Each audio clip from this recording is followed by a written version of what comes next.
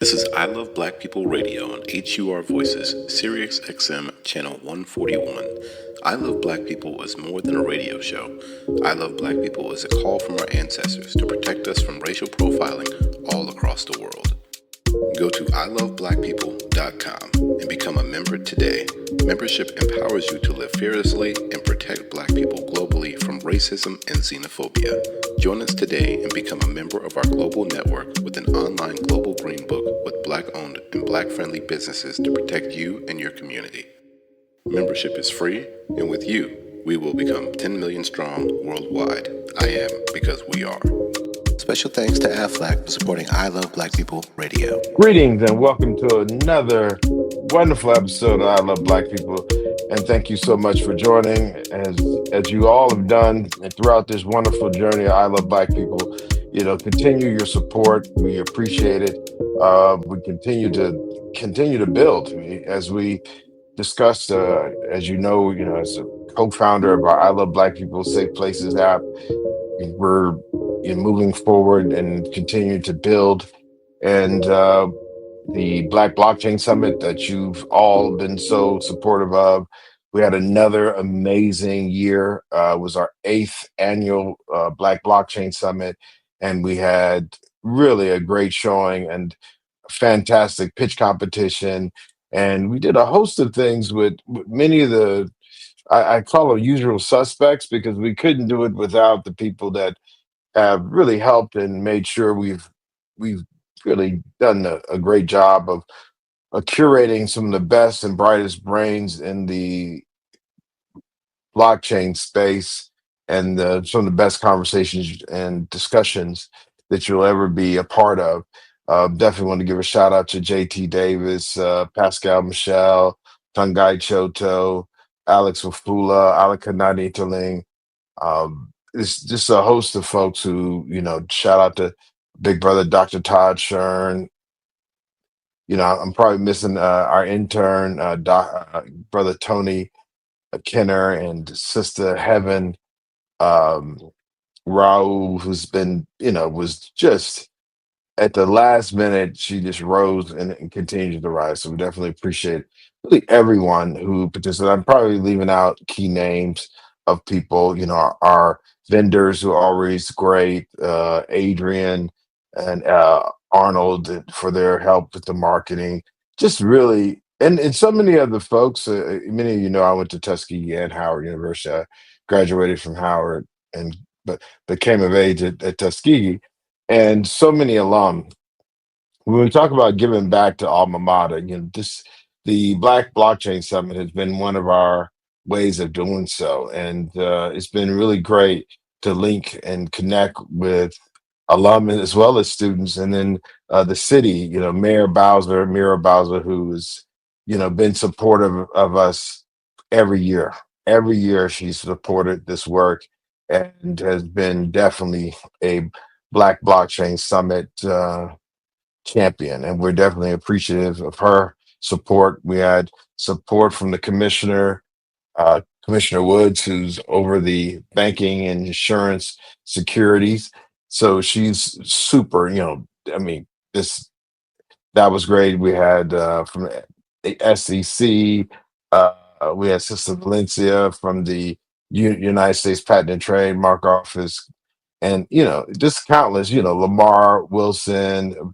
Uh, just if I miss people, they'll probably get at me, so I'm just gonna stop there.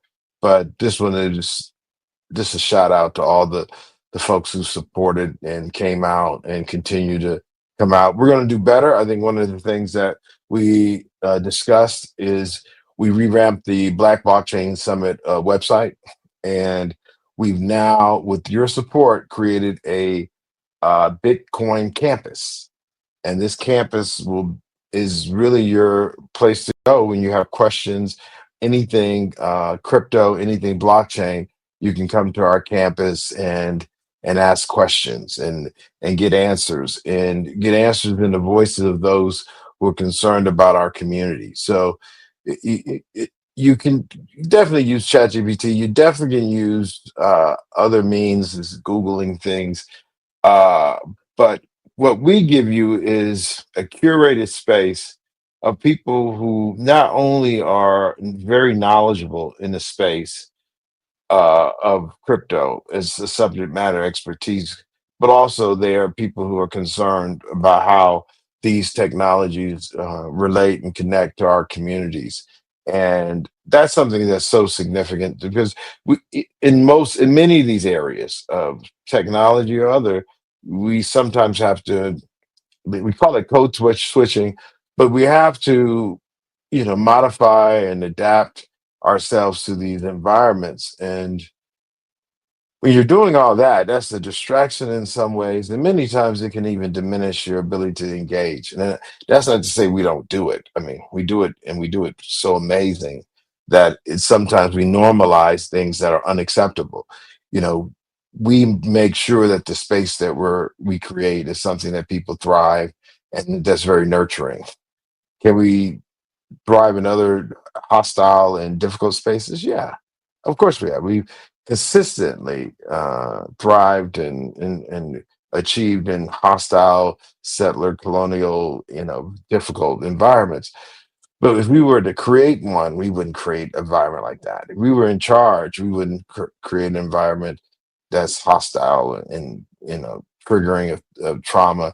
We would create an environment that was conducive to everyone elevating themselves to the highest self and their humanity. And I think those are the things that get lost. Now we talk so much about what's going on in the world and the violence and the genocides and the exploitation and capitalism and its true self.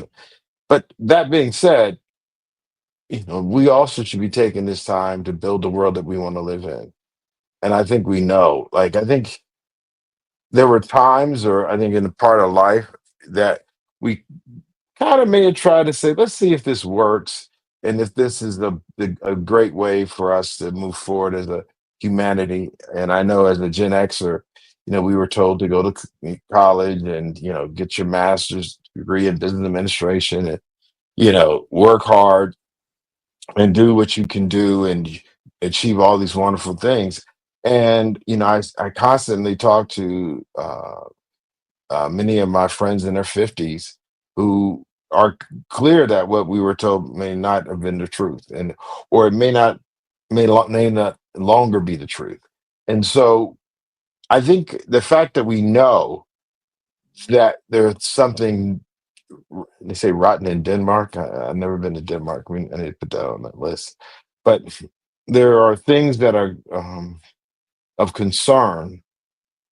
And so the fact that we know it, though, is helpful. And so I think I suggest, and what we do with the radio show and what we do with the app and even the Global Green Book and the conferences is use that knowledge of, not to shrink or to hide or to try to, run away. I think it's you use that energy to figure out how to make a better place. I think if you don't know, then it's hard to say you're going to make it a better place because you might say, hey, this is great already. But many of us have gone through so much that we know there has to be a better way. Like at this point, you're like, there's got to be a better way. And you look at the results from the shenanigans, be it a Biden who clearly was, going through the decline, you know, in his mind and his abilities. And then you look at, the current president, and it's the same, issues of, are you serious? Like, is this really what it is? Is this what, when we look up and stand up, this is what we're here to do this for? And you just got to know that that means we have to do something better. And I think from the conference, we really always reinforce the communities that we're part of and how best to collaborate with each other. I think sometimes people say, well, it's great to have debates on stage. I'll be candid. I think there's so many debates being had in social media and all these other outlets where people are, because these algorithms they optimize for conflict.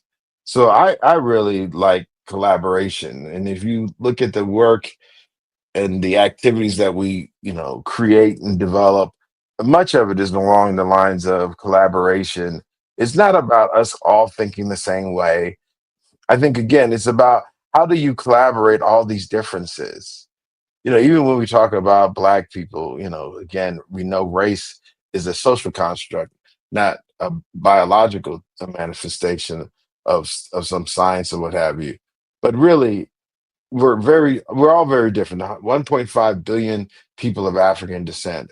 And that's why I always say communities. We don't have to be monolithic. Pan-Africanism, it says we're all family. It doesn't say that we're all the same. And I think that's the key point that we make.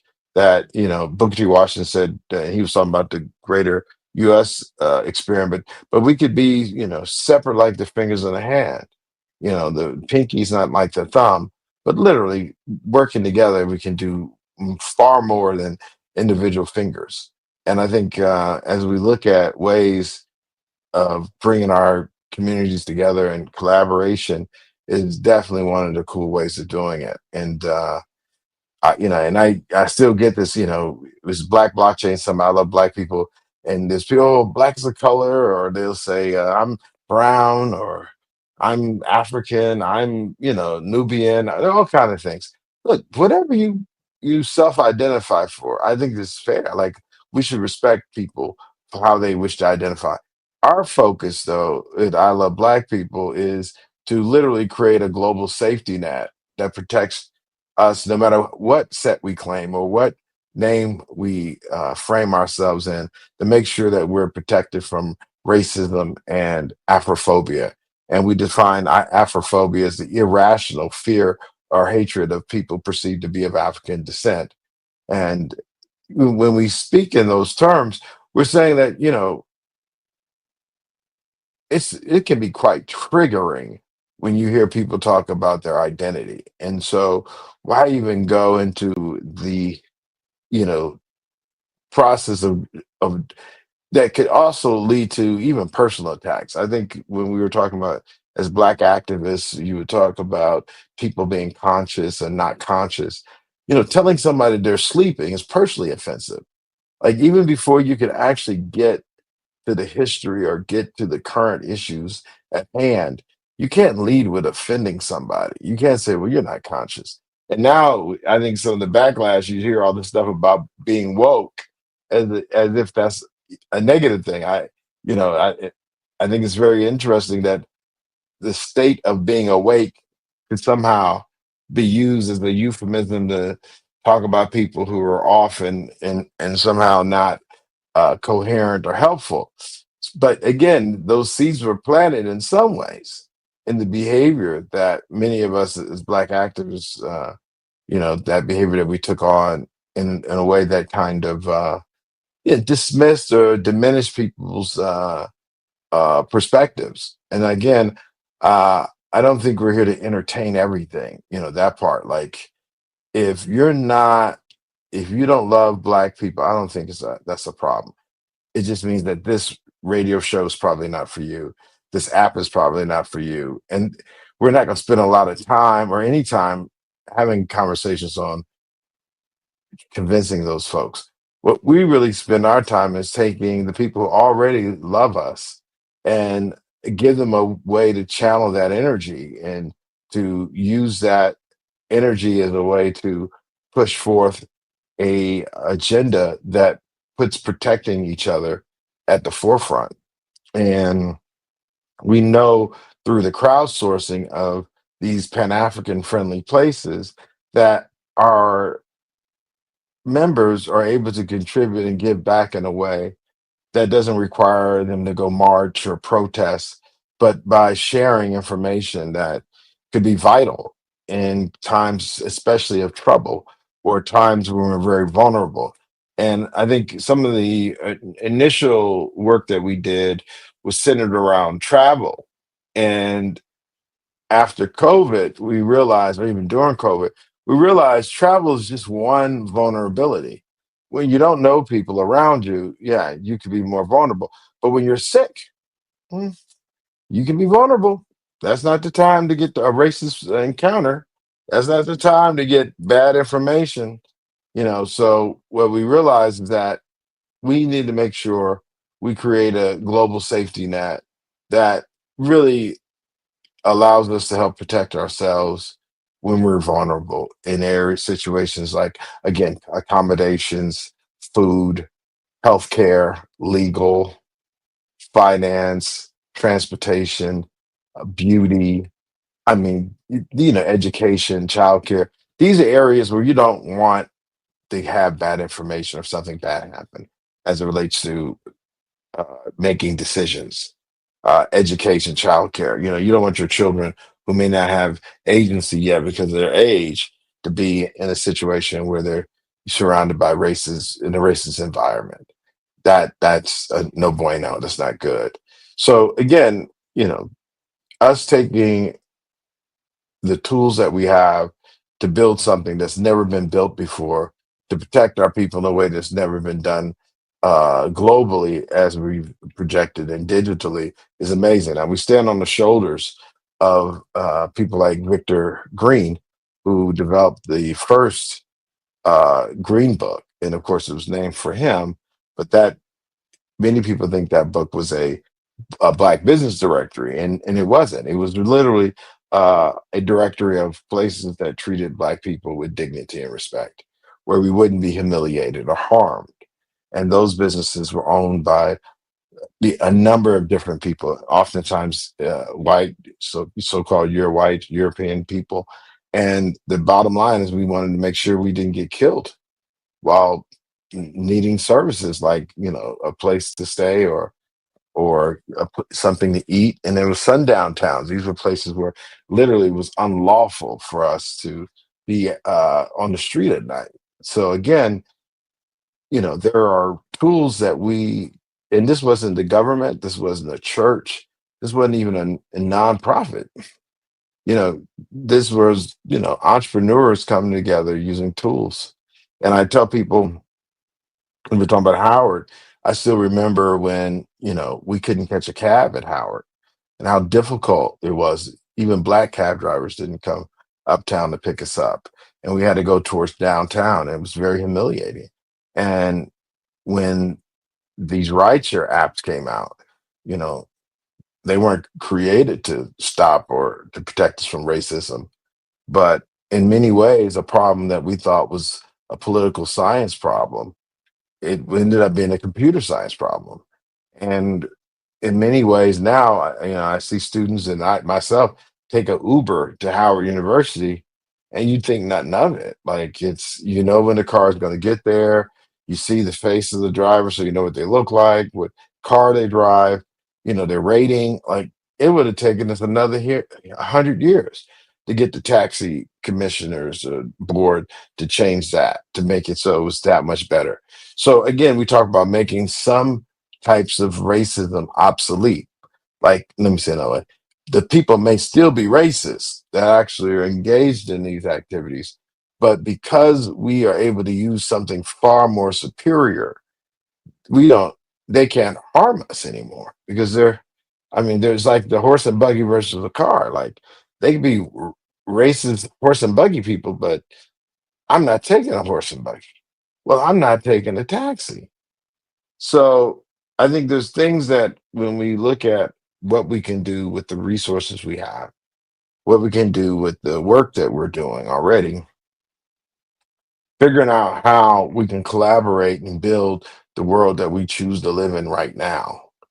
So that as you see the world change, you can be a part of the change that's actually helpful and beneficial. And so much of what we've seen and read in history, or the more recent history, we already knew it wasn't sustainable. We already knew it wasn't right. And it's been those who've oftentimes been the most depressed in these situations that have done the most to make and be the change.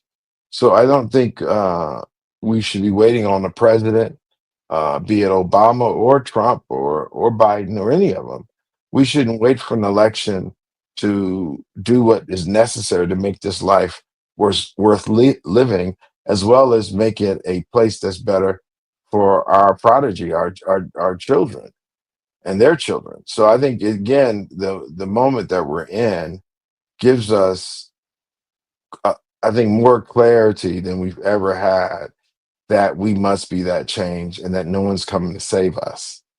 I say that again with the Congressional Black Caucus. We just had the Congressional Black Caucus Foundation's CBC week, and all the things that Trump has done to Washington, D.C., with the emergency and all the things that Mayor Muriel Bowser, who's again a three-time elected, the first three-time elected woman, full stop, in the country, black, white, all races, and she doesn't get the support she needs from Congress to maintain the integrity and the sovereignty of the district because it's not a state. It doesn't have full representation, even though we have full taxation. There are things that we have to say we're no longer, just because people say they're allies, except them saying allies is enough for us to work together. They must champion our issues if they want us to champion theirs. Like again, if we're talking about reparations, I've not seen many of the other coalitions that I've been told about champion reparations like they should. It's something important to our community. What we've sacrificed, our ancestors sacrificed so many people to be in the United States, for there to even be a United States. And this is again, I think we have to be clear that this is a settler colony and that the indigenous people, the United States, perform a genocide, full stop. And and I'd say that genocide took place well before black people in America could vote to do something about it. So I just think again, when you start looking at the arc of history in the contributions we have, we should not settle for political relationships, no matter what party. We got to stop partying. I think I talked about that before. We got to stop the partying. We need to keep our agendas clear, and we should work with folks who support our agendas. And there's nothing wrong with collaboration, but collaboration in a abstract way to just say that we're together and not have agenda items that actually are driving those relationships in a very transparent way, I think it's problematic. Again, we worked with anti-war and anti-nuclear proliferation folks, and even folks who were in different types of parties. But if we were dealing with, you know, nuclear proliferation, that was the issue. That was the agenda. It was clear. I didn't have to, if we were dealing with communist people, I didn't have to become a communist to work on that issue or collaborate with them. The issue was nuclear proliferation, and we knew the world would blow up for everyone, no matter who launched the first strike. So I just think, again, as we're talking about what we do, how we do it, the clarity that we have now with what we're dealing with, I think has never been as more evident. I mean, to the point that again, sending National Guard and seeing DC be in a position where they don't even control their National Guard, and that the city could even be pushed back into a control board where there's no local control, and then everything has to go through a appointed control board, and that's happened within the last 30 years. I mean, I think 1995ish. Like this is recent. It's not current, but it's recent history. So again, I commend Mayor Muriel Bowser for being probably the best mayor living in the nation right now, who's dealt with some of the most harsh, difficult situations, which other mayors would never have to go through because they literally have a county and state uh, to support and defend their sovereignty. So, as we talk about building community, and even that point about sovereignty, uh, I think in most ways that supersedes money. Do you have self determination? Do you have control over your environment, or does someone else? who's far removed from your reality? Are they dictating what's happening to us? And I think again, you know, it's one of those things where I'm so happy to have again some of the best, like I said, like a Muriel Bowser working on our behalf to while we're at our job, she's thinking about how to make sure that we're safe and that we have our autonomy and not be subjugated by you know people who are operating from white supremacist ideology. And it's a tightrope. And I hear people say which and how she should do what she does. I heard quite a bit of sexism too. And I just must admit that, you know, Kamala and many other women who've really been super successful and, epic at achievement. I've seen so many, unfortunately, men talk about their successes in a way that I've never heard them talk about men. And we got to do better with that. Like that's not without having to look, behind their back or be so worried that they can't make good decisions because people are trying to harm them. So again, just want to thank everyone who's been supporting and been a part of this journey. We couldn't do it without you. And as I always say, I am because we are. And This is thank I you. Love Black People Radio on HUR Voices, Sirius XM Channel 141. I Love Black People is more than a radio show. I Love Black People is a call from our ancestors to protect us from racial profiling all across the world. Go to iloveblackpeople.com and become a member today. Membership empowers you to live fearlessly and protect Black people globally from racism and xenophobia. Join us today and become a member of our global network with an online global green book with Black-owned and Black-friendly businesses to protect you and your community. Membership is free, and with you, we will become 10 million strong worldwide. I am because we are. Special thanks to AFLAC for supporting I Love Black People Radio.